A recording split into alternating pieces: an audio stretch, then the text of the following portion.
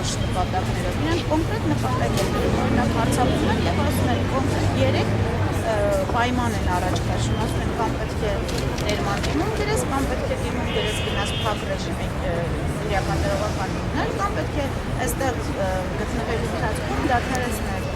հրապարակային գործունեությունը, հոդվածներ գրելը, ելույթներ ունենալը, հարցազրույցներ տալը։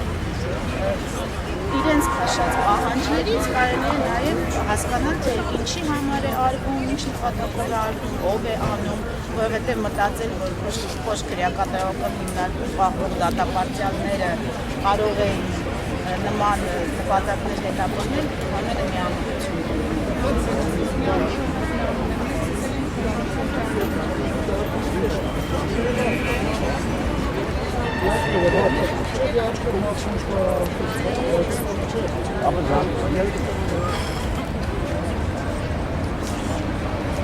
Վերջին օրերին մամուլը պարբերաբար ահազանգում է Նիկոլ Փաշինյանի նկատմամբ իրականացվող բռնությունների, հոգեբանական և ֆիզիկական ճնշումների մասին, ինչին իշխանության ներկայացուցիչներն արձագանքում են կամ անհամոզիչ հերքումներով, կամ հեգնանքով։